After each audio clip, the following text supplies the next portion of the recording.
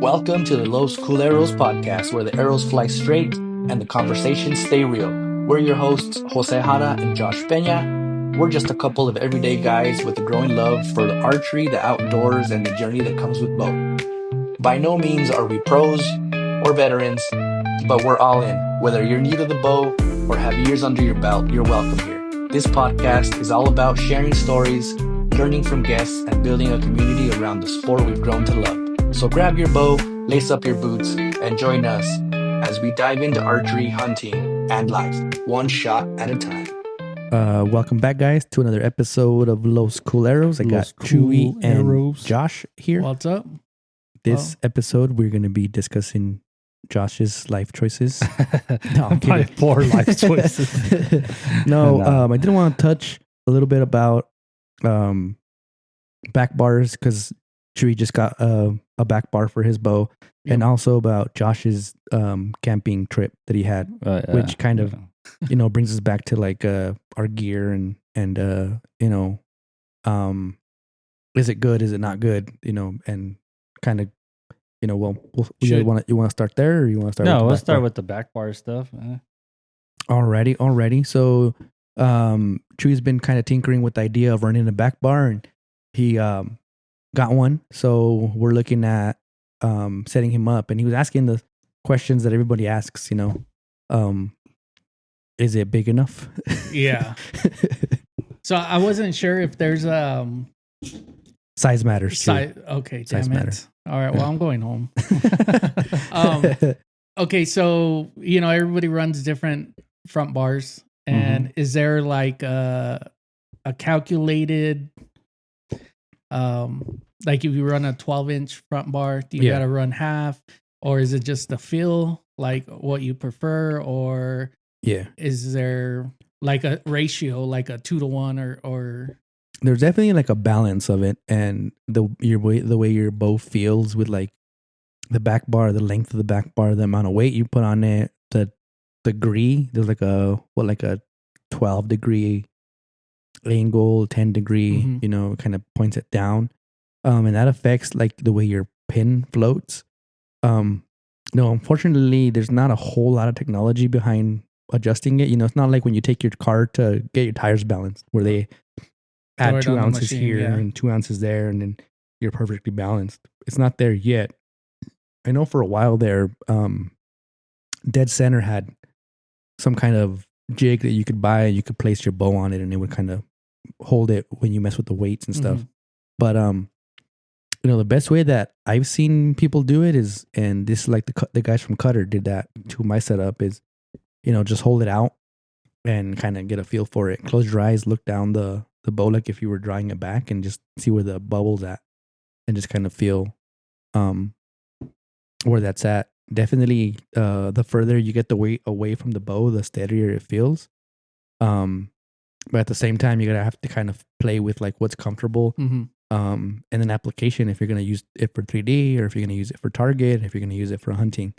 Obviously you wouldn't take a 30-inch bar, hunting on a spot and stock, but and you wouldn't run a 12-inch bar when you're doing target archery. You could, but you could maximize your your pin float if you got a little longer bar, and it's just feel for the most of it, and then you get into like brands and materials and stiffer bars and different kind of settings, I guess. And the bar is basically you're putting the weight at the very end of it, so it could balance out just like your front bar, right? Just not that wouldn't be torque tuning, right? Like no, just no, because you're just messing with the way you distribute the weight. And I mean, even the way that the bars are getting put on the bows nowadays, they have like a lower point, and that helps. So like if you run a 12-inch bar and you put it on the bottom, it's almost like if you're running a 15 or a 16, just the way that riser is pushing it out. Like some of the Hoyts utilize that, where they kind of push that bottom riser out, and then you put the bar on that. So, but it's just a matter of what feels better, shooting the it. idea behind it, man, is to level out your bow at full draw. So it's just counterweight. because naturally your bow's gonna want to tip forward if you just have the front stabilizer. So you're adding weight to the front of it, which is causing your bow to tip down. Mm-hmm. And when you add weight to the back of it, it just kind of levels it out.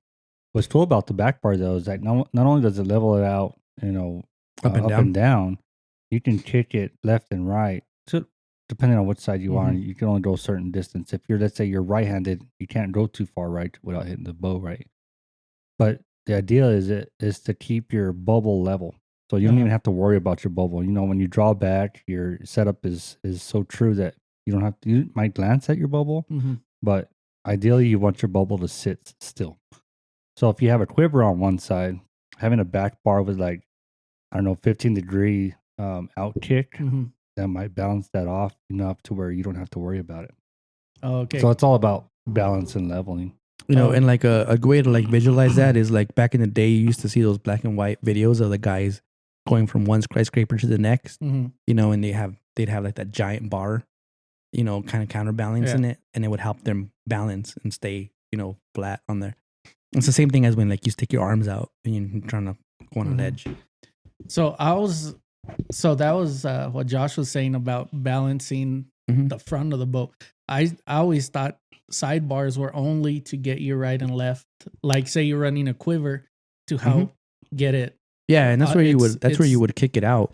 But he's talking about like when you add that weight to the back of that bar, it's gonna bring it up. Yeah, yeah, because there's so much adjustability, man. Because not only you can have it straight out back, or you can have it dip down. I mean, with the shrewd, you can move that down bar however you want to do it. Yeah, you can even turn it all the way around to where it's facing forward. Yeah, but it's all about balance. But the thing is about those back bars is that usually always calls me during the podcast. Too tall. It's I lost my train of thought. It's like you said, 2-to-1 ratio. So like if you have 2 to 4 ounces up front, you're gonna want about 4 to 8 ounces out back. But you won't know what your true distribution would be until you hold it in your hands. You know what I mean? So. Okay. Yeah. So that kind of makes a little more sense for me or not or whatever. But I was thinking the front bar was just for the front to help but the back bar, the way you're explaining it, kind of pulls it up to where you're level in both axes. Like you're. And you had it down when we went to tack, and you went from like that 8-inch bar in the front, and I don't think you had a whole lot of weight in the front, and then we moved you out to what was it, like a 15, 12, and then we had added some more weight, and it weighed less than what you had on there, but the weight was distributed more towards further the end out. of the boat, and you felt a difference. You're like, oh shit, it points better. Yeah, and that's another thing too. Pointing better. The weight, whenever you change the weight, you'll see it in your pin float. So if it's moving around fast, you might want to add a little bit more to slow it down. To slow it down until you can get it. It's not never going to stay still, but it'll be close to it. Yeah, and you play with the weights back and forth to see how you can achieve that. So, and there's some people that are getting crazy technical with it now, with the it's the Arco system that, and they pair it with the Mantis, which the Mantis is just like a little tracker that goes on your bow, and then as you draw it back, it shows you a picture of like what your bow's doing whenever you're at full draw, and you can see that circle get bigger or like more radical, and then as you're messing with your weights, you'll see that circle get smaller and get steadier, and then you'll know, okay, I'm on the right track, or I'm going the wrong way. It's making my bow more erratical and more crazy. So yeah, it kind of graphs it. So you can actually have a visual of what you're doing. Kind of like a tire machine. Like you're seeing it, and you're seeing, okay, I need to add 2 ounces here, and you take off an ounce here, whatever it is. And so with the back bar helping you, it could also, if you don't set it up right, it could throw you off. Yeah, and that's what you see too. A lot of people like that don't understand it, and they just run like a shit ton of weight. And I was one of those people. I'd be like, yeah, more weight means better. Right. I would run a shit ton of weight in the back bar and a shit ton of weight in the front bar, and I was just making my ring heavy. Which in a sense, you want to that weight kind of helps you hold steadier. But you're working hard to try to get there. Yeah, until you get used to it, because you got to hold the extra weight in your hand. You know what I mean? So your bow is going to be, we talked about ounces, but it's heavy, dude. Yeah. You know, it is heavy. And it's just you got to practice with it. You can't just, all right, feels good now, and then not practice with it. And the next time you pick your bow up, it might not be the same, you know, but yeah, it's all about balance. And have you guys been running a back bar like on your, since the beginning, or? I didn't. I had an RTH bow. That just had the front, like maybe 5-inch stabilizer, the Vibrocheck. That's what PSC came with. That's what I used to shoot. And then probably my second year of archery, I started getting more into like 3D and paper and stuff. And then I think the first, no, that's the Shrewd stabilizers are the first ones I got, and I still have them. Yeah. My wife uses my back bar as a front bar, and then she has a bee stinger. Bee stinger's another one. She has as the back. But I've been running a back bar since probably my second year of archery. I can't. It feels weird shooting without it now. And you hunt with one? Yeah. Exactly how you see my Elite, bro. I hunt with it the same way. Yeah. Oh, okay. And that's the thing is, like, if you're gonna have like an all around bow, like you're gonna do 3D paper and target, you don't want to get too crazy with your stabilizer bars, and especially because, you know, in some of these ASAs, it puts you in a different category with different people and different equipment. You know, but you just kind of find like a happy median and shoot that way. It's almost like shooting a hinge. Like when you start getting into like the back bar and like getting the weight there, you're like, oh shit, I've been missing out, you know, because it's an improvement. You'll definitely feel it. Or you can just use a back bar as a back bracket, that sidebar bracket on your front, and move your freaking front bar over a lift to counter the weight of your. It's a pretty cool invention that MFJJ came up with a couple of years ago. Pretty cool. I'm motherfucker's taking all my inventions. Innovative as fuck, man. That guy's a genius, dude. Comes up with all these brilliant ideas. And just puts them out there for everybody to see. So how my front bar? You know what he's getting at, right? No. He's talking shit is what he's doing. Well, there's an idea I had a couple of weeks back, and I didn't put it out here, but we talked about different kind of peep sight type of deal. Yeah. I don't know if you ever sent you that podcast, but MFJJ. I put it in the group chat. So listening to a podcast and they started talking about it. Yeah. And, same thing, but it's pretty close. Same concept. Yeah. And you know, a couple of years ago, Josh he grabbed his back bar and he put it in the front, and it moved that bar off to the side. And I was like, "What the fuck are you doing, you fucking crazy Chinese fucking dude?" I'm like, "What the hell is that, man? That's stupid." And then MFJJ comes up with it, and I'm like, "That's brilliant. That is brilliant." He sells that for $49.99. I should buy one. 6 of them. So on my bow, the front bar is right under, like it's straight, like it's higher up. Yeah. So with that same concept, would you be able to make a bracket that lowers it, say 4 inches? Yep. And then to lower your front bar? Yeah, MFJJ has one where it's like you can put it like parallel with where that screw is, or you can tilt it down and you can run it offset to the bottom left or the bottom right, depending on where you want it. And you can mess with it that way. It's the same bracket. But would it lower your connection point? Yeah. Some bows don't have that second port on the bottom, so that's what. Yeah, that's what I'm that talking same about. bracket. So like how you're talking about, you're holding it, and then that bar's off to the left, straight. You just kick that bracket down, and then you run it, you know, all the way down here, kind of like where we're used to running it now, or kick it out a little bit to the left, to the right. You know. But does he have it in different colors? Because we could do that. Yeah, different colors. Yeah. Never mind, I'm going home, guys. All those ideas are done. Yeah. Now this MFJJ, he wouldn't have a mohawk, would he? That was Josh's idea first. Yeah, actually too. He invented it. So is there some, like, for you guys, some do and don'ts for a rear bar? No, definitely, man. Just wing it, try it, experiment with it, whatever feels good. If it feels good to you, it's right. You know, it's not. Yeah, if it feels good, do it. Nice. I'm excited now. I know, but I don't know, man. I like the setup I have now because, I mean, what's your front and rear bar? They're cutter stabilizers. Yeah, but the length. I got 15 up front. I believe a 10 out back. Mm-hmm. Okay. And I couldn't tell you the weights on them. I don't know. I think I have maybe 4 ounces up front, probably about 6 or 7 out back. Yeah, something like that. Well, we all had cutters. Yeah.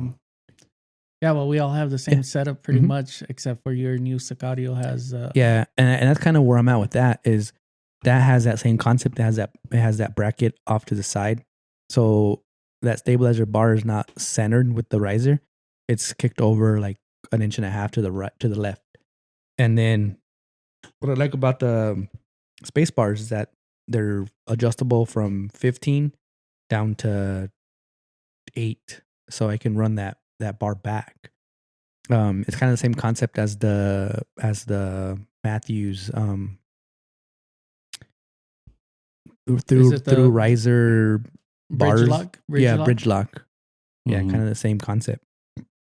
So in the front bar, I've been looking at different brackets to give you a degree. 15 degree or whatever. Mm-hmm. Like, would that also take away from the weight that you have to add on it, or is that just it's a lower center of gravity, man? So I think Bodie Turner talks about that, where he has 2 ports right on his bow, and he uses the bottom one.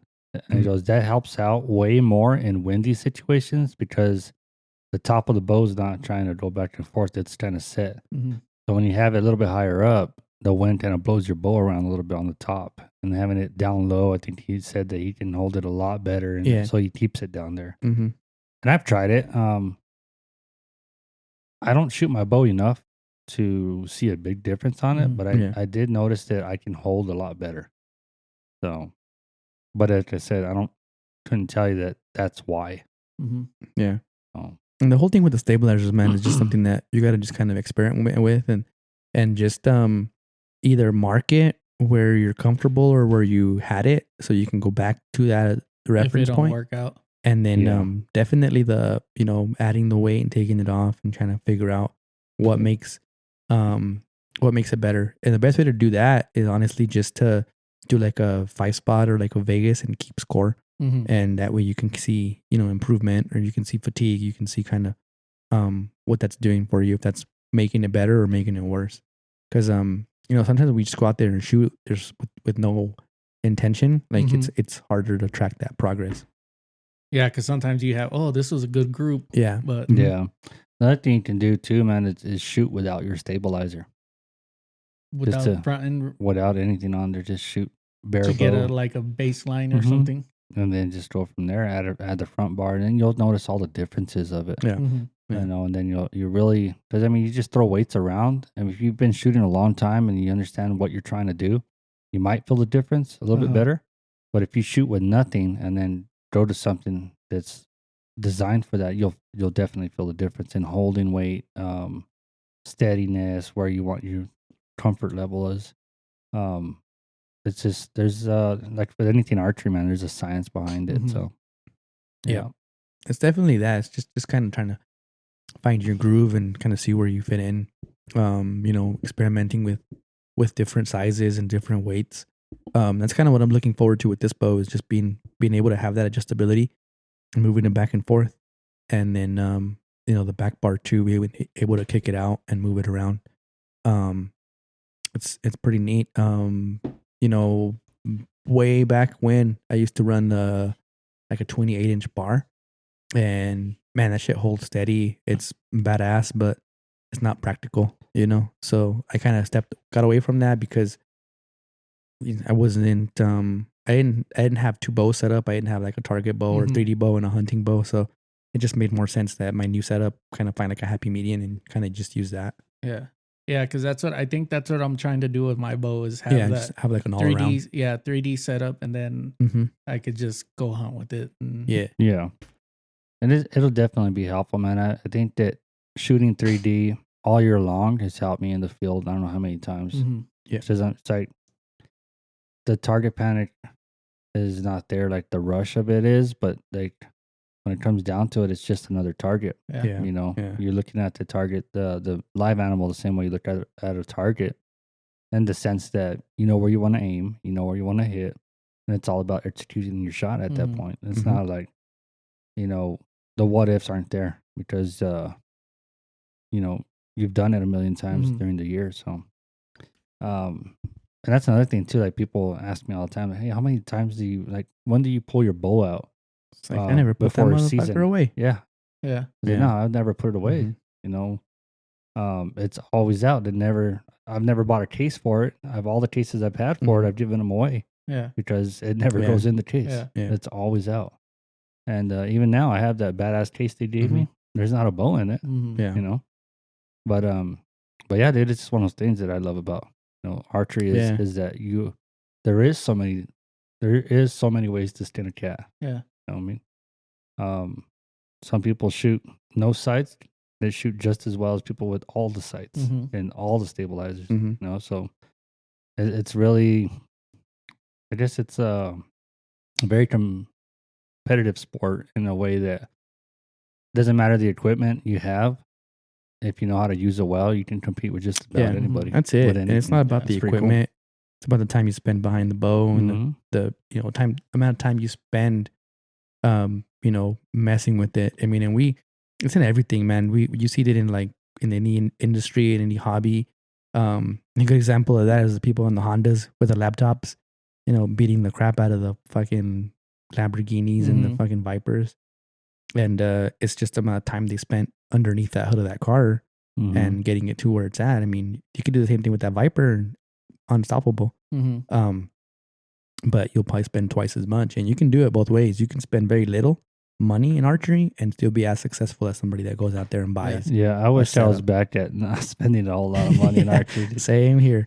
That was the world was simple when I was on top of the leaderboard. Yeah. Man, I it's funny that you talk about the never putting the bow away, because I remember I had a couple of pictures when I went to some tournaments, and as a joke, I put my bow inside the bed with me and took a picture like I'm going to bed with my bow, and it's just like that fucker went everywhere with me. Yeah. And then life got busy, and other shit took priority, and now I'm trying to make it back up there, like Josh was saying, back to the top. And yeah, man, looking forward to this season. 3D and ASA, and then we got the hunts coming up. Today's the last day for tomorrow at 5. Tomorrow at 5. Yep. So we're getting down to crunch time. Already put in for some hunts. Chewy's already got his dialed. Josh is still debating on where he wants to go. Yeah. But yeah, man, excited about that. It's gonna be good. It's gonna be good. What did you end up putting in for deer? I put in for elk and deer. Elk and deer. I put my boy in for deer.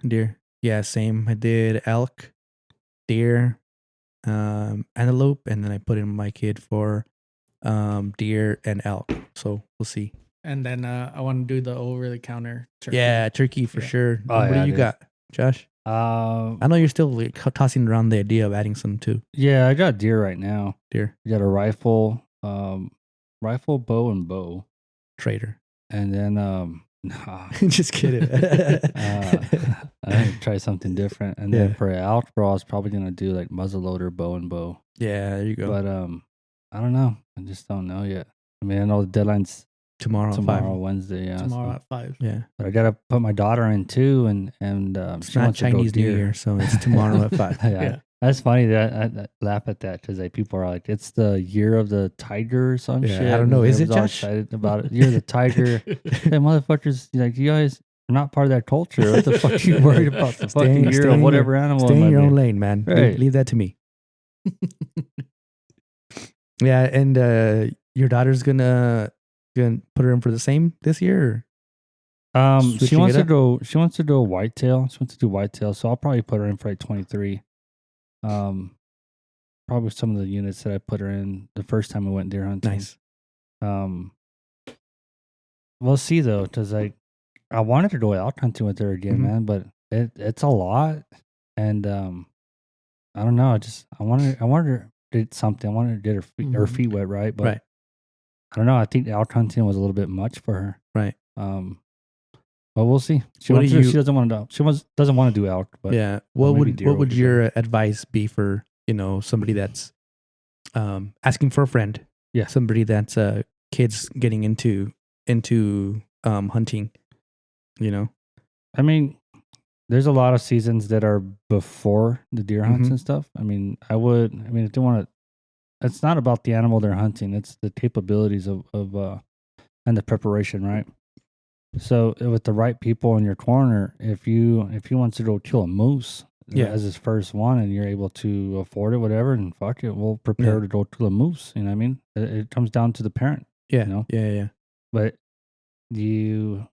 how would you prepare for range time, dude? Range time. And I'm not the best person to give you advice on that because I know that range time is a necessity. I didn't do that with her. I didn't give her enough range time. Mm-hmm. I did give her more this time than I did the first year. But it's because she had spent time behind the gun. She understood the fundamentals of it. Yeah. But when it came down to the hardest thing that a kid can do at that age is find something in the scope. Right. It's fucking ridiculously hard for them for whatever reason it is, man. But they cannot find shit in the scope. And that's the hardest part. So I would keep it on 3 power, let them find it, and try to find the medium somehow. But that's the hardest part. Yeah. So I was thinking with my daughter, if I were to take her to the range and say, hey, you got 5 seconds or you got 10 seconds, shoot the ram, and just throw a target out there and let her get on point and shoot, because what happened was in their first hunt, I was like, they're right there. Getting used to like the scope. Yeah. Loading it themselves, everything, man, because they have to be able to do it, So with her, what happened was I set her, first of all, it's a rookie mistake by me. I set her maybe 2-3 feet too far from my reach. So I couldn't get to her and load the rifle up. And I expected her to know these things already, and she didn't. My fault. I had these 2 whitetail come in, and she just couldn't get on the gun fast enough to be able to shoot them. Yeah. And when she finally did, the shot wasn't a good shot and everything, so that went down. That, and she waited a really, really long time for the most ethical shot, right? Which is okay. That's fine, right? But it's like you don't have a whole lot of time in these situations. You got to be on point, aiming down range and stuff, and being able to knock that shot off and stuff. So it wasn't the ideal situation. My son's situation, his first hunt, was more ideal besides the weather. The deer never knew we were there. I sent him down by himself. He shot rifles before. He was able to sit and take his time and squeeze a shot off. Perfect situation. Yeah. But when something walks in a hurry, and whitetail are very skittish, and they're going to leave in a hurry, it's like you don't have a whole lot of time to be figuring everything out. Yeah. So it's either you got to make the shot or don't. Yeah. One of the cool things that we did in the hunter safety was they gave us a piece of paper with an animal on it. And then the front side was the animal with the fur, and the back side was the internal organs, the vitals. The vitals. So he was like, get your pencil and poke through where you would take the shot.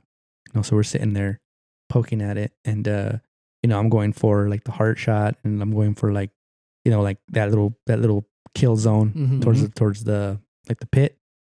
And one of the things that the game warden was pointing out is he was like, what you want to focus is double lung. He's like double lung. He's like, that's a great shot. He's like, don't try to focus on the heart shot. Don't try to focus on that. Just a good ethical, clean shot through the lungs. Double lung. He's like, they're done. Yep. And they might run off a couple hundred yards, but yeah, sweet. And then to his logic he's like, hey, if the animal jumps the gun, or if he ducks down, he's like, if he ducks down and you miss him completely, cool. If he jumps up and you hit the vitals, like you hit the heart, then even better. But you're right in the center where you want to hit that shot. And I thought it was pretty cool. That is, so we were looking at that, and he was kind of poking holes and stuff, and then he kind of going through the exercise, and it was pretty cool watching these kids kind of poke shit and figure out where stuff was. Yeah, there was a gun simulation, bro, at one of the outdoor shows. They didn't have it. I didn't see it this year, but where the kids can walk up, and it's kind of like that virtual archery, right, like that, right? But it's with the rifle, and they only have a certain amount of time to shoot before it goes to the next slide, and it'll say you missed or whatever, missed opportunity. and they have animals at different angles and stuff, and they got to shoot, and it'll tell you a good job or whatever it might be. Right. But it was cool as shit, and I have both my kids did it, and I think that's a wonderful tool to have. They should have that kind of stuff at one of these and that's events. one of the things that they were talking about is like before you go out there and try to harvest something, make sure you understand the biology of the animal, so you know where the heart is, you know where the lungs are, you know where to aim, you know what it looks like when he's quartered, when he's broadside, when he's when you're at a angle looking down or looking up, so you can make that judgment call and take that shot. Yeah. So my rule of thumb at it is, where's the exit? Mm-hmm. You know what I mean? I want to hit as much vital as I can. So if I'm quartered away, what's my best angle? And of course, it goes down to knowing the anatomy. What's my best angle for my best odds? Like, if he's quartered away, head away from me, depending on the quarter, I might not want to shoot through the ribs and stuff. You know what I mean? It might not be a good shot. Yeah. Now, I've made shots like that. Like this deer that I got, last year, he was broadside. I shot. It was a clean shot. He tried to break away from me. I never had a deer jump me like that. Yeah. He tried to break away from me, and when he turned, my arrow went through the back of his ribs. Yeah. And it went out the other side. So, but I aimed center mass, but it's one of those things where you don't know what they're going to do. Yeah, with a you rifle, don't. it's a little bit easier because that thing's way faster than a fucking arrow. But 50 yards with an arrow, I mean. Well, they're pretty close. Yeah. Yeah. When you go ahead and say it. Oh, they're pretty close. They're pretty close. Go ahead and say it. When you shoot a PSC. When you shoot a PSC, they're pretty close. But it's one of those things, man. Like, you don't know what that animal's gonna do. No, you don't. You don't. And that's the one factor that you can't factor in. You don't know what's gonna happen. Because I mean, there's some people that'll aim low and shoot low, and then that animal doesn't jump, and they fucking miss. They miss. You know. Yeah. I think Ty posted something with the javelina, right? I don't know who shot. I don't know if it was the Road Disciples. Guy, yeah, James. Where he had it on there, and you could see how much that animal jumped it, and that's crazy as shit because they can't see shit. They can't see. Yeah, they're blind, man. Yeah, they heard the noise. Yeah, they jumped the string. And I watched the podcast, and they're talking about like kind of like how that hunt was structured, and it was pretty neat. Like, I guess they corned the roads. So like there's this big ass long road, and they just drop corn through that whole road, and then they walk on the edge of the road, like in the brush, and they just walk the trail, and then they get to a point where they're like the javelina are on the road, and it's clear, and like shit, shoot it. I knew it had. I didn't see how they did it, but I knew it had to have been something, man, because they don't hang out on roads here. No, they show where they go in that UTV. Truck, and they're throwing corn down, or the UTV or whatever. Good old Texas, bro. Yeah, man. Fuck, I want to go. Yeah, I want to go. That's dope. Yeah, dude. I think going back to getting the kids prepared or anything, range time, and like with my son, we always used to go coyote hunting or rabbit hunting, and like that they understand, like they get the same adrenaline rush in a small animal and it would on a big animal, and that's kind of where I'm at with Charlie is we're gonna go pick up a little 22 for him, and then take him out and do like some squirrels and some rabbits and just kind of get him familiar, some cans. Mexicans, Africans. No, just kidding. Pepsi cans. Just say Pepsi cans. I think for me, when we hunt coyotes, that's more exciting to me than than rabbits. But still, but you gotta understand, like, the predicament that he's in is I've never hunted with a rifle, so like to him and me, this is it's pretty brand new. So for you, like going coyote hunting, it's like, all right, we've done this a couple of times, and this is gonna be his. But even rabbit hunting is still, because they move so much, and they once they find you or you keep moving, they're gonna book it. You have to stop and you gotta either shoot them on the run, bro, or something. It's harder with a 22, but we can definitely go out, dude, get them familiar with the gun, with the rifle and stuff, and trigger discipline and all that stuff. I have a couple of smaller calibers that he can shoot. That are 22. You said he's gonna get a 22, right? I got a 410 shotgun that would be pretty good for his. I think what I'm worried about right now is just making sure that he doesn't kind of feel any kind of kickback, just to get him familiar with squeezing the trigger and it kind of the same thing like when you start with a bow. You don't want to start somebody with like high poundage because it fucks up their technique. And I kind of feel like it's the same thing with rifles, right? You want to make sure that they're comfortable and squeezing the trigger and Yeah, they're not anticipating because the you shot. want that surprise shot too. You don't want to be flinching because that's gonna throw you off. Yeah, if you're anticipating work his way up. Yep. And I got that 17H Mars, a nice little fast round. It'll reach out. That's a good step above. Well, it's below 22. It's below 22, but it's faster. That's a badass fucking round. Yeah, I've always wanted one of those. And as soon as when they first came out, dude, I was like, I gotta get me one. And I never did. What about 243? I heard a couple of songs with 243 is a good use round. But if you want, definitely gonna have some more kick. Than, no, definitely 22. It will, but it's not nothing he can't handle. Yeah, you know. And then of course, if you're shooting from a vice, that thing's not gonna move. Yeah. I think a good in between would probably be that 410. He's shot. Don't get me wrong. He's shot a couple of rifles that Billy had, and then he shot Billy's AR out there. That was pretty neat. And then he shot my 45 and my 9. So and that 9 kicks, or that 45 kicks a little bit, not crazy, but I mean, yeah. That's a different kind of recoil, man. And it's a whole different experience. Because you're actually trying to focus on that one living thing that's gonna be unliving in a bit. Dude, but if you get all those rifles, dude, with the fucking even with a brake, and that's the plan. You just got to figure out what you ain't got to worry about recoil at all. Yeah, that'll be good. Okay, let's get into your camping trip, man. How did that go? How did that go? I mean, overall, I think the trip went good. Good experience. Yeah, it was good, much man. Needed time. Much needed time. I've been trying to get out for a while now, and I finally took the truck and made some the Bear Truck Chronicles with it. We went out to the Cosmic Campground. That's in Alma. It's past Alma by maybe 10 miles or so. Nice. But it was nice, but there's a lot of factors. 1 out of 10 on the stars. Was it? Honestly, I wasn't impressed. Okay. I was gonna say, because I see some pictures, but I'm like, I know what my camera can do. Yeah, and, you can make it. You can make it look. That's what it was, man. I don't know. Seeing all the photos and stuff that I did see, it's like, oh yeah, it's gonna be fucking badass and shit. And you do see a lot of stars, but you're expecting like a wow factor. Yeah, but I mean, I don't know. Maybe it's a different time of year, man. Because there's some years or some days where you look up and you can actually see the Milky Way dust. What's up, dude? Did you go like this? You open my eyes. You open your eyes. Did you open your eyes? I'll tell you something my wife said too, man. You guys will laugh. But I don't know. There's like some nights you can see the actual Milky Way dust and stuff, and it's like, all right, that's badass. Yeah.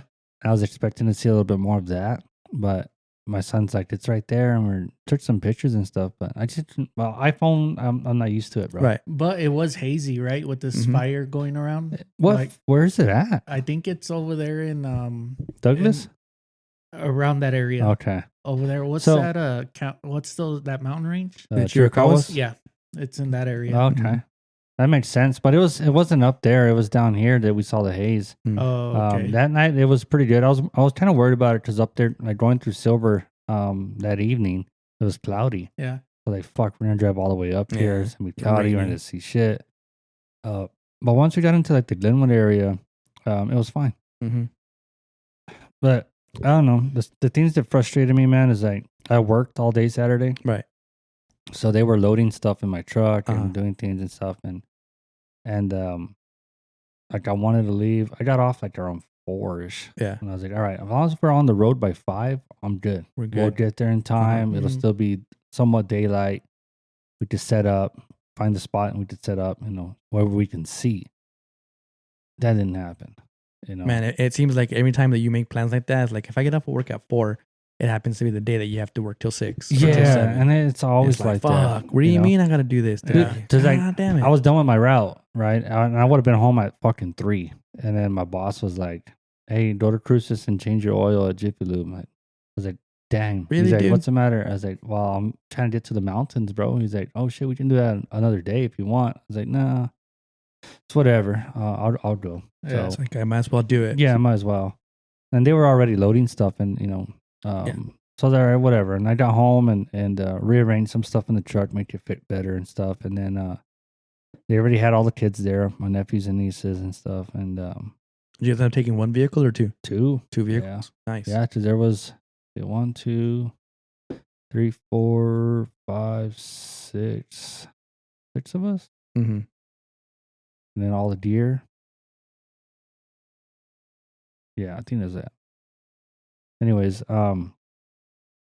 we left late, trying to load everything, ice chest and all that stuff, and then my wife decided to make strawberry cream for the kids and stuff. Like, let's go. Like, come on. Yeah. Go. You guys had all day. Yeah. But it was just bologna and cheese sandwiches. Let's go. Yeah. And no, I mean, they asked for it, so I said, whatever. I'm not going to say shit. I'm just going to suck it up, and we'll get on there and we'll do it, whatever. We get up there, dude, and like it gets dark like as soon as we get there. Like we got there right at dark. Shit. And I'm driving in and I'm seeing like just off the road. I can't turn my fucking light bars on because they're supposed to keep your lights off. Right. Uh-huh. So we're driving in. I'm trying to look on the map on Onyx and shit, trying to find out where the fuck are the spots at. They're all taken, all of them. I'm like, fuck. Maybe we got to go back down to Glenwood and find the spot down there. And I was like, you know what? I'm going to drive past this shit. There's a road that goes back there. Mm-hmm. I talked to these people. I was like, is there a lot of people back there? And like, as honest, we just parked right here. This is the first spot we saw. But if you guys can't find anything, come back and you guys can park next to us. I was like, all right, cool. Cool. Hell yeah. Friendly lobby, you know what I mean? Yeah. Yeah, for real. So I was like, all right. I'm already annoyed, bro. Yeah. Because like I'm trying to be respectful of people, and I always try to do that, especially if you're in a community fucking camp. I don't like to make loud noises. I'm trying to be, as subtle as not me as possible. Attack at 2 a.m. Yeah, and it's like it creates anxiety, bro. Because I'm like, these fuckers are gonna be mad at us, and he's making all kinds of noise and shit. I'm like, but it is what it is, dude. But it's like fucking. I'm starting to get frustrated. Like, so I take off. I left them there. It was me and the boys. We left. I'm gonna go try to find the spot, whatever, and then we're driving out. I was like, fuck it, we're gonna leave. Yeah. And find another spot, another campground, another BLM land, whatever it might be. We'll camp somewhere. And I'm driving and I see like there's an opening and there's a car parked there, and I'm like, fuck it. I just kept driving up. I went off the road, dude. Yeah. And it is a camp spot, and I just went off the road, and then it went down into a ravine. I parked right at the edge. I'm like, fuck it, we're staying here tonight. Yeah. Yeah. So I started unloading shit, fucking throw up pop-up tent, the rooftop tent, put the canopy on. Is this your first time using the rooftop tent? Yeah. Yeah. Okay. I mean, I've popped it up a bunch of times, but like actually, actually having somebody staying in it. Yeah. Yeah. I still never have. You haven't slept in it? I had never even been in the motherfucker. Oh, shit, really? No, because every time I pop it up, it's for somebody else to see it. Yeah. And I've never been in it. Yeah. But it's like, all right, pop that up, threw the canopy on, got the walls set up. Initial setup, what do you think? It's not bad. Popping everything up. It's not as much room as your Toyota, as your setup, your 4x4. But it's taller though, right? I think so. So you got some more headroom. Yes, but I think that's where I'm losing the space because yours is further out and around the truck. Oh, I got you. You know yours what I mean? is like straight down. Yeah, almost. I got you. Yeah. Okay. Because it's taller. Yeah. Now, if it was short like yours, like if I were to put on my wife's car, then I would have. You can extend it out. Yeah. Okay. I get you. That's a little bit of difference there, but not bad though. Yeah. Not bad. I had to slide out whatever. Got it all set up, put the tent up and all that stuff. Which I'm glad I know how to do that tent thing now after years of having the Kodiak. Yeah. Because it's super easy to set up even in the dark. Yeah, and that's the one thing I love about the the rooftop tent scenario, because you just like a couple of latches and you pop that bitch up, and I mean, for us like intact. I mean, first night we just popped it up and all right, cool. Snuggled and that was it. Yeah. And it was cold, bro. We had to. We didn't have to. I don't think we had to be naked, but we did it anyways, just for safe measure. Just to be safe. Yeah. Single person. COVID. But you can't get in trouble for separation if we identify as one. Yeah. So you got the rooftop tent up. You got the canopy open. Yeah. Yeah, it got cold, dude. I was trying to start the freaking heater, the V4 heater. I couldn't get it. That was still in the box. Yeah. Brand new, bro. Yeah. I took it out to check it out and everything. And I put it right back in the box, all the accessories, all in there.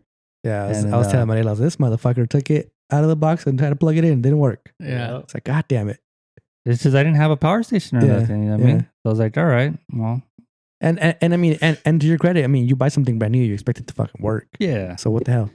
Yeah. So it was a little bit of a sleeping arrangement deal, you know, like I said. Yeah. And that's kind of the good thing about like these trips that we take, you know, early season and try to get gear figured out, sleeping situations, set up, putting up the rooftop tent, putting the canopy up. You know, now you know that the heater didn't work, so now you can address it, address it, and now you're not out there for 10 days or 8 days, you know, on a there's a couple actual things. cold day. Yeah. Because I was telling him, I was like, dude, like Chewy camped out in freaking, was it January? When did you go? Yeah. November. Yeah. I don't, and that fucking heater was awesome. Yeah. You know, I was like, it works. I know when they work, it works great. Yeah. So I was like, I'm just kind of sad it didn't work for them. Mm-hmm. And it was just the first night, dude. The second night, I was like, you know what? We have a power station.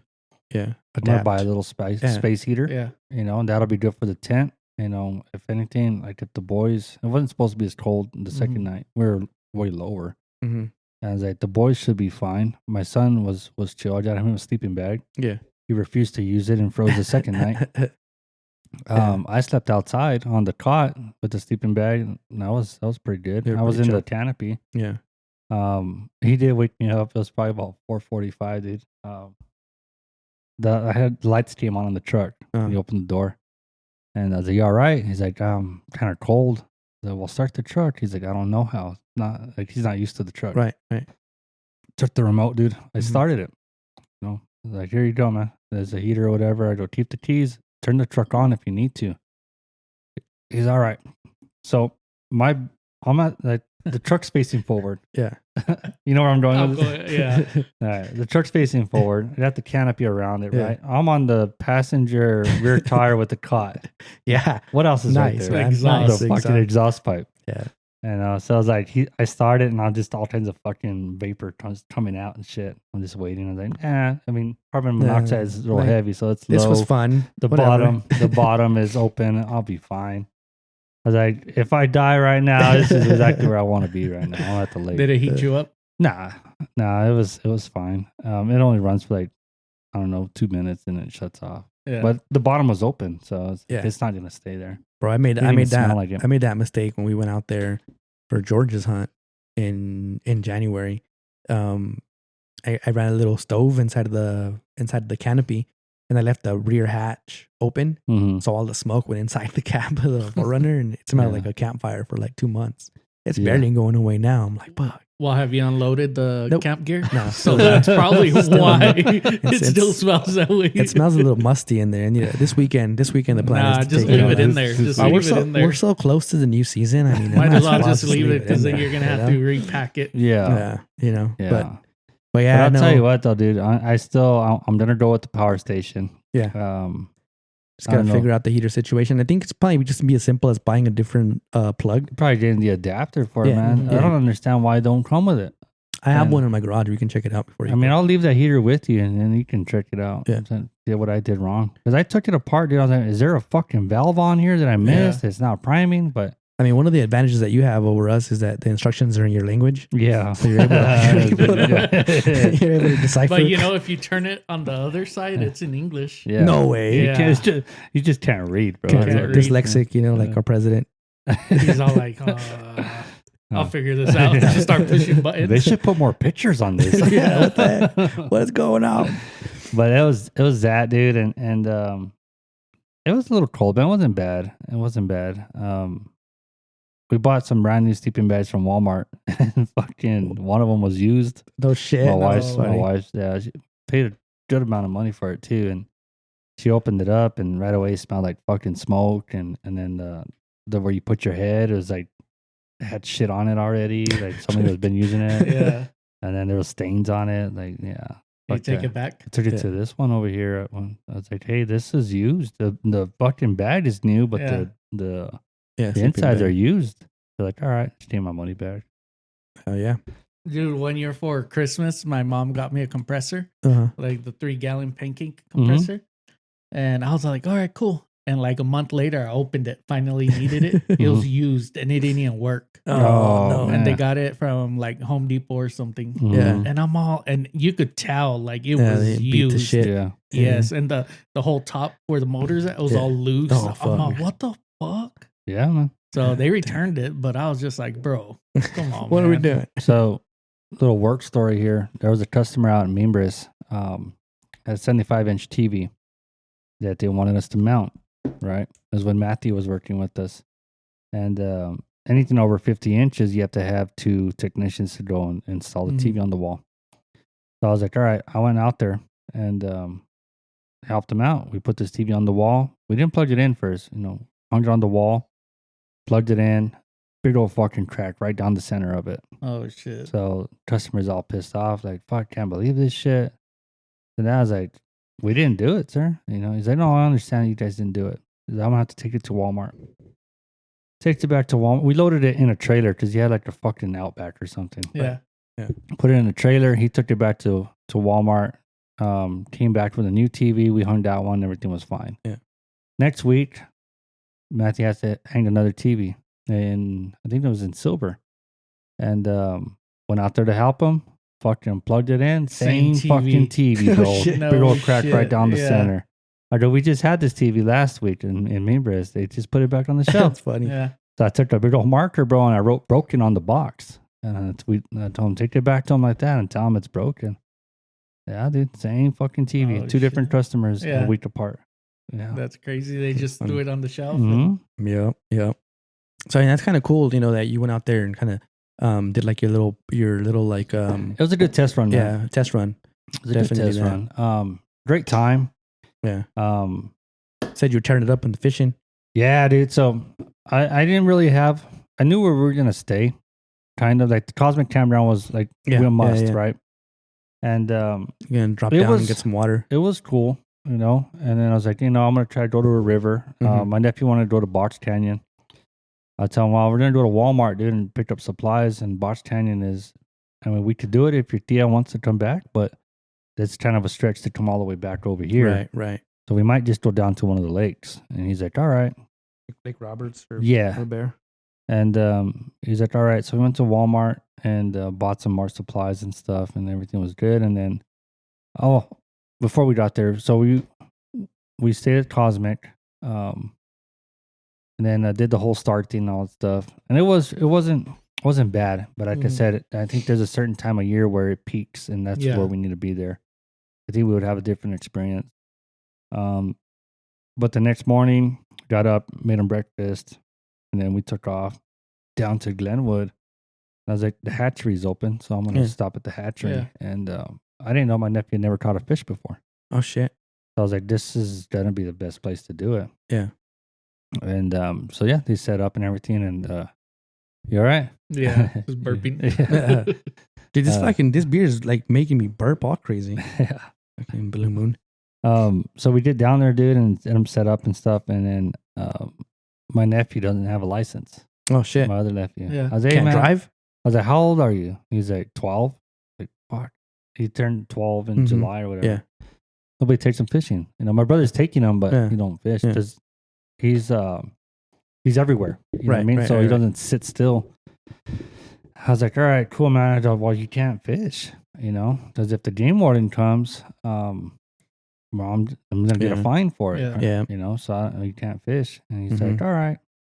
And I call my mom or whatever, and I hooked the Starlink up or whatever. Call my mom, like, hey, does this kid have an account? If he doesn't, I need to get him a fishing license so he can fish with the rest of us.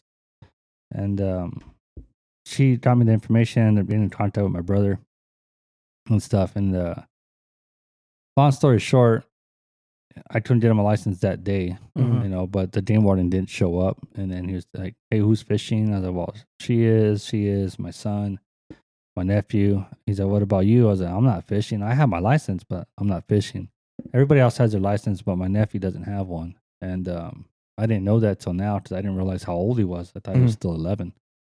But he hasn't touched the rod. So he's good. Checked everybody's licenses. And then he's like, it's kind of a gray area, man, because like and one, he doesn't have a license, but they're gonna expire at the end of the month. Right. Mm-hmm. I was like, yeah, I get that, but I would rather buy him a license Mm-hmm. than have to pay that fucking fine. Yeah. He's like, you're not wrong. I go, yeah, so that's my logic, man. Like, even if I buy him a 1 day, it's still cheaper than paying that fucking fine and having that on my record. Yeah. Right. He's like, yeah. So by the time I got the information and stuff, it was already the next morning. Mm-hmm. And I set him up an account and stuff, bought him a license, and then it was cheaper to buy him a year license. Right. It's going to expire in a couple of months than to buy him the 1 day. Yeah. So it was like $15 for the year, or $12 just for the day, plus the $10 for the habitat. Yeah. Yeah.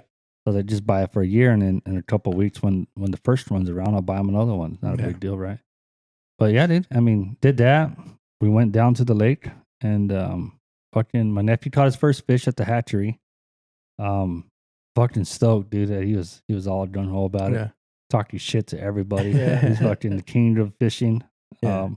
It's funny. I was like, watch your mouth, dude, because this is some karma shit right here. Went to the other lake, you can catch nothing, dude. Really? Like, that's what Yeah. But no, it was good, man. They were all fishing around and stuff. And it's like I said, if you're taking a first timer to go catch fish, bro, that's a place to be. It's like almost guaranteed. Yeah. Real mossy, but yeah, it was cool.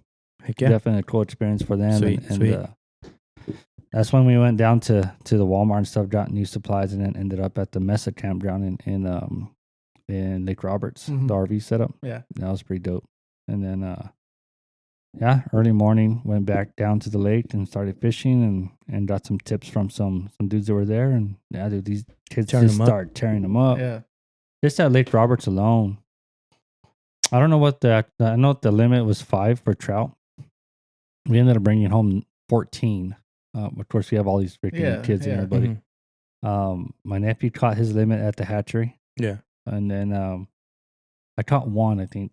I caught one at the hatchery, and he caught 5. So we came home with 6 from there. And then we went down to Lake Roberts, and we caught, I think there was 11 altogether. Yeah. And we released a couple of them, Mm-hmm. you know.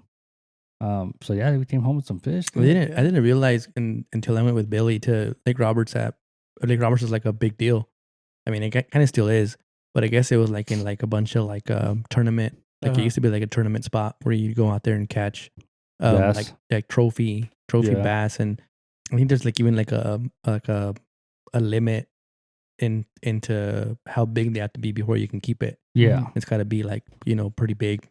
So it's pretty cool. And hearing him talk about it, like when we first went out there, he was like, because Billy's super into fishing, and he was telling us like, yeah, man, it's one of my dreams to come out here and fish this lake and this and that. And I'm like, what the fuck? Yeah, I've never known it to be that special, dude. Yeah, honestly. It was in like tournaments. It was like in the Bass Pro. Yeah, and I've like never known it to be even that. Yeah. Honestly, I fished that lake my whole life, and I never knew. I knew there were some tournaments, but not nothing like crazy big. Yeah, like it was a like state record doesn't even come out of that lake. Yeah, I know. It was like in magazines and shit. He was telling me like the articles and shit. I was like, I never knew. Yeah, I was like, that's what? pretty cool. Oh, that's pretty cool. Yeah, but he is right though. There is a like trophy bass in there, but they do have to be over a certain. Yeah, to keep them. Yeah, but now we're hitting the rainbow pretty good. My son got a Gila trout. It's pretty dope. Shit, crazy dude. These things are slimy as fuck. They're hard to keep a grip on. Really? Yeah. Even, I mean, after I scaled it and everything, yeah. Fuck no, that shit's like, it's hard to keep a grip on them. It's like wrestling, like when you're covered in baby oil. We like that kind of stuff. Oh, sorry. I'm just saying it's hard to keep a grip on it, you know? Yeah. That last Diddy party? Yeah. Did you cook any of them up out there? Yeah. No, not out there. Out there. I did them last night when I got home. Oh, okay. Yeah, I cooked about 5 of them. I was trying to debone them, bro, and I just boned them. Yeah, you boned them. Damn. This isn't after hours. Nah, man. It will be in a second. It depends on how old you are. Yeah. No, but I was trying to debone them and stuff, man. And it's way harder than I thought it was gonna be. Man, that was like that's one of the things that I kind of miss is going out there. Like, I used to go out there Friday night to Percha and just fucking fish, and then we wouldn't even take food. We would just take fucking couple of beers and catch them, or you fucking starve, huh? Catch them, and we'd fucking cook them that same night or that morning. I think a couple of times we got spoiled and took like some eggs and had like catfish and eggs in the morning. Man, That was a good time. It sounds fun. I've been fishing once and it wasn't really. Oh, we gotta go. No, dude. Yeah, dude. We gotta go. We have to, dude. We have to go. Let's go right now. Right? I'm still loaded up. Let's fucking go. Yeah. Yeah, dude, we do, man. Just take a guy's trip out there and just fucking knock down some fish. Yeah, yeah. Even just for the day, dude. I mean, shit. I always thought like early morning and late evening were the prime hours, just like anything else to catch fish and shit. We're catching fish all fucking day. Jeez, last time I was out there, took Chafino out there to go fishing at Lake Roberts, and we left here like at 4 a.m, and then realized that none of the fucking taco shops open till 9.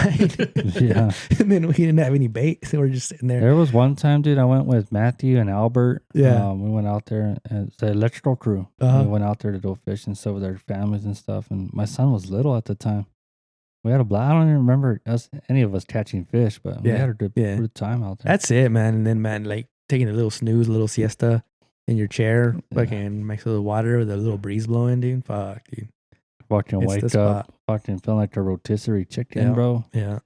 No, like in the daytime though, right now is like the perfect, dude, because it was warm. Don't get me wrong, you know, my son was all sunburned and shit. Yeah. But it wasn't bad enough to where it's like it's cooking you. You know what I mean?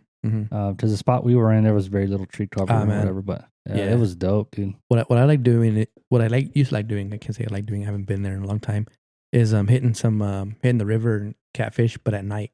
You know, and then drive up there. I used to drive up there after work, spend the night there, fish all night, and then come back to town and then go out there again Saturday night, and then have a fish fry on Sunday. Watch some football, fucking catfish fry, and have a couple of beers and fucking catch up on some sleep, and then hit it back to work on Monday. Yeah. It's cool. Like these kids were like, "Oh, when are we gonna cook the fish?" And I was like, "I wanted to cook it out there, but it's like." I gotta prep it. I gotta do everything. Yeah. So what was cool about it is like they saw how to rig up their lines, right? They're doing the bait. My niece wouldn't put the bait on it, and she don't like the way it feels under her fingernails. I try to buy worms. There's fucking worms at Walmart, fucking disgusting, bro. Yeah. They're bad. Yeah, they're all dead and shit too. That's bad. Both Walmarts, this one and the one over there. So I was baiting everybody, but I was telling them that this is why we're doing it this way. We're fishing off the bottom of the lake. This floater right here allows the thing to be away by itself, so it doesn't look like the string. It's just the current's moving it. Yeah. Like, hey, come and get me. So they saw all that. They caught their own fish. They got to feel the fight of the fish on the line and stuff, and bring it in, and they had to touch it. They saw me cleaning it, cutting the heads off on everything, gutting it. And then they also saw me prepping it for hunt or for eating it. So it's like it's literally from like field to table. Yeah. And because they're all excited about eating fish. So last night we got back and made them some fish and stuff. And they were worried about it because they don't like, my niece doesn't like shit that tastes like fish. Yeah.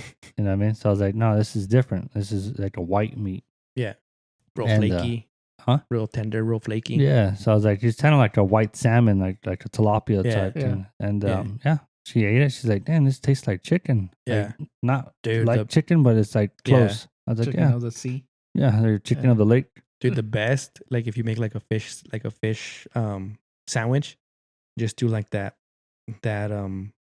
real flaky fish. And I did it with walleye and salt and pepper, a little bit tartar sauce, dude, some American cheese, like the Kraft cheese on it, and even in like some fucking sandwich bread, dude. Man. Yeah, man, that's a fillet of fish right there, man. Fucking McDonald's shit. You know what I mean? But it's bomb, dude. Way better. And not one of them was like, oh, that's disgusting. Like, no, they were all about it, dude. And I was like, hell yeah, man. I don't know. I was a proud uncle, man. I really am. Just like I had my grandpa and I had my dad and I had uncles that took me fishing and did that, spend that time with me and stuff and everything. And like they do too, but it's like not as often. So whenever I get a chance to do it and take them all out, most of them, there's a lot of them, but it's just, I don't know. I feel like I feel like it's rewarding. I made it in life, you know what I mean? That I'm able to afford that kind of stuff and just take them out and do whatever they want. Yeah. And sometimes it's little things, man. Like, as a kid, because you remember like the times that you went fishing or the times you were in the back of the truck and driving around. Yeah. It was like core memories, man. Yeah. And, the cell phones were limited. You know what I mean? There was There was some speaking of cell phones, how'd that Starlink work? It worked great, man. Would you recommend it? I would. Yeah. Honestly. I mean, it was cool because I was able to keep up with the outside world, like family issues and stuff like that. I was able to contact their parents, let them know where we're going, what we're doing. Yeah. You know, where we're going to end up. How was set up out there? Was that easy? Stupid simple. Yeah. Dude. Yeah. Fuck yeah. I mean, residential setups, they have to be pointed a certain way, but that doesn't mean they're not going to work. Right. Yeah. Like, I literally threw my shit on top of a yucca and, like, fucking plugged it in, and I didn't even worry about the alignment. It just 300 meg download speed. Like, it was fine. Shit. Fuck yeah. That's badass. Yeah. At Mesa Campground, I had it on the roof. On the roof. But I do want to get a mini kit. I think the mini kit would be a lot easier. Right. And you can just leave it up there. Yeah, basically. Sick. Because I do have shit strapped to the top right now. Like, I have my tent is up there. My drill. My drill's up there. All like the more important stuff was behind the truck itself. Nice. There's certain things that, like my coolers, they're a little bit too tall. Yeah. So that created an issue. Like my igloo, my max cold, it's just a little bit too tall, so it hits the containers. Yeah. We did use the shower, one of the buckets. Oh, nice. That was well, not as a shower, but as a cleanup. Yeah. They had to wash stuff out. Yeah, because my tailgate has the mountain hatch. That's a cutting board. Right. So I was cleaning up the fish right there, and then I was all water full of blood. rinsed it off. Right Shit. there. Hell yeah. It was dope, dude. I'm telling you, man. It was pretty cool. Was the water warm? I didn't have it parked out in the sun for too long, but it wasn't freezing cold. Yeah. It was pretty good. Yeah, they make a rod that you can shove in there. Oh, they heat it up? Yeah, to heat it up. Oh, shit. Yeah. Yeah, I didn't even know about that. But yeah, it was pretty cool. But I did find out that one tank, the very last tank, doesn't pressurize as much as the second tank. But yeah, there was some things there. My canopy walls, I tore one of them. I put in too much pressure on it. Yeah.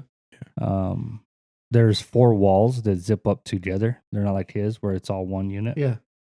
So that's a pain in the butt, though. Mine are. It's cool because they're one big giant piece, but at the same time, it's one big giant piece you got to put away. Yeah. If you don't roll it up, Chewy, you're doing it wrong. You're doing it wrong, Chewy. Stop. Yeah. Stop, Chewy. And it's one of those things, man. That once you take it out of the package, it's just never going back in the same way. It's never. My tent, however, I figured that one out. That one's pretty simple now to roll it back up and stuff. I was a little bit. I'm kind of anal when it comes to my shit, man. I want it to be put back, and there's certain things I need to do with it before I put it away. Yeah. Funny story with that. Because we're out there in Sheep's Corral, and he's like, we had Chewy his tent. We rolled it up into a giant ball, and then he's like, no. And then we roll it back out. So we're watching him roll it back together.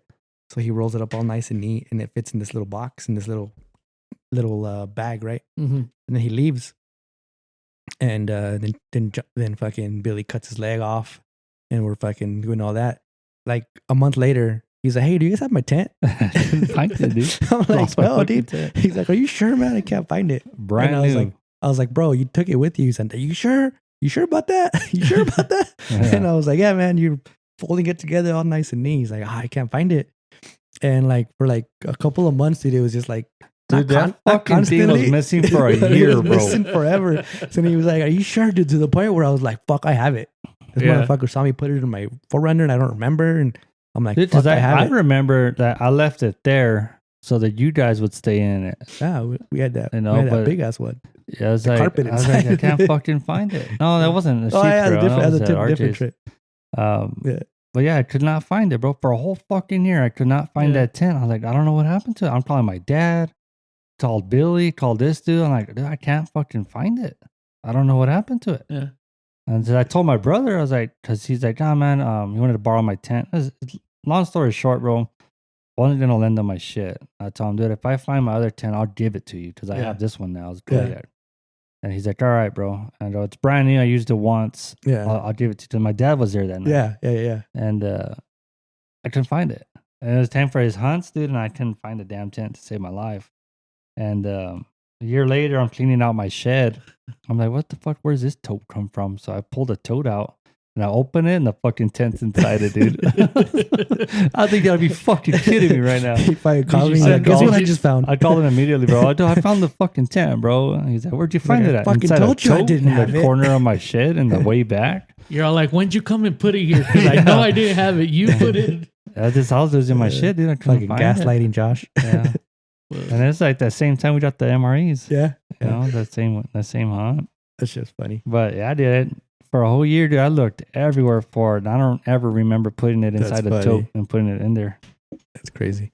All right. Well, just to let's wrap it up here and we'll recap. So just to recap,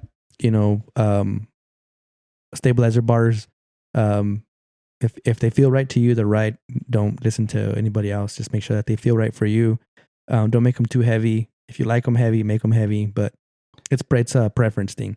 Yeah. And then go ahead. Oh, no, yeah. I mean, you look at it, man. I mean, there's some wild people in the archery world, right? If you look at Tim Gillingham's setup and his stabilizers and his, That guy's a literally fucking, has guy's a like fucking 6 wacko. stabilizers on But his then shit. he fucking wins everything. So But it's if like, it all works, if it works for you, it works for you. Yeah. You know what I mean? Yeah. It's as simple as that, man. If you like big anal beads or little ones, whatever works for you. Whatever works for you. You know? Yeah. And speaking of that, make sure you test your gear. When you get Yep, out there. before you go Speaking of out. what? The anal beads? You gotta test it, man. But make sure it works before you get out there. If you order something, you test it. If it don't work, send test it at back. home. Yeah. It was Don't that. test in the field. Yeah, there's a couple things like I bought some canopy lights from Walmart for canopy, right? Oh, I should have been wanting some of those. Yeah, they're I don't know if they're worth it, man. They're like $10 or whatever. Yeah. The ones I saw were on TikTok and they roll into like a little ball. Well, You what can- I you did can, like- is that I almost swallowed the mic. The top of that Kodiak has rings at certain points to Yeah, so hang you the can hang net, them. right? And I just looped them through there. Oh, It's a shit. small little wire LED with Yeah, the AAA yeah. batteries, and Yeah. that was enough to light the tent up. And Hell then I folded everything in there, so Okay. it's like it's now bulky. Yeah. Mhm. So I just folded it all in there together. So Sweet. Heck yeah.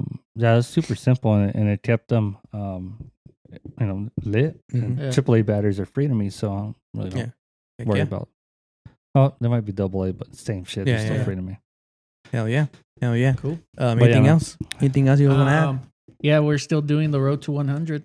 Yeah, Road Oh, to yeah. 100. Still trying to give away some arrows and wraps and fletchings and field points. Just Yep. a whole So- custom setup. So if you haven't subscribed, please subscribe and like and leave us a comment. See what you guys want to listen to next. What do you guys think about this topic? Just give us some feedback on how we're doing. We're at 71 right now. Yeah, buddy. If we get to 75, I'll send you a picture of Chewy's feet. Yeah. All right. Free and I'll feet stop pics. sending them. And if we get to 80, we'll stop sending them. Yeah. All right. All right, later, guys. Later, guys.